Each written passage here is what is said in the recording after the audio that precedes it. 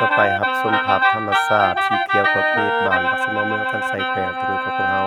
อยู่แม่นขอบเขตที่ติดตั้งไฟฟ้าพลังงานลมเด้อพ่อแม่พี่น้องชาวบ้านเฮา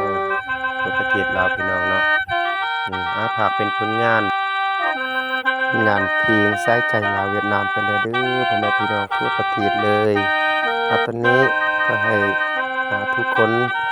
กดติดตามกดแชร์ให้เด้อเพื่อเป็นกำลังใจบ่าว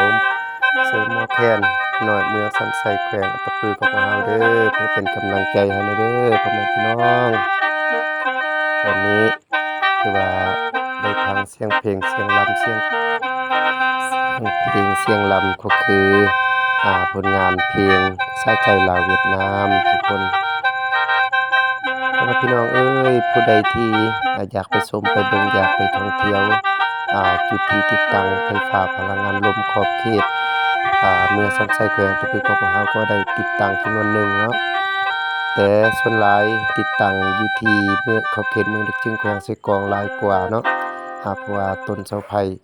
สวยงามแรงพี่น้องเฮาแนมเบิ่งก็ถือว่าแบบแปลกๆแน่พี่น้องเฮาบ่เคยเห็นมาก่อนเนาะนี่ก็คือใบพัดพลังงานลมเนาะอันนี้เป็นใบพัดของมันเนาะแต่ว่าลวดเลยเนาะยาวเลยแบบบ่มีการตัดต่อเลย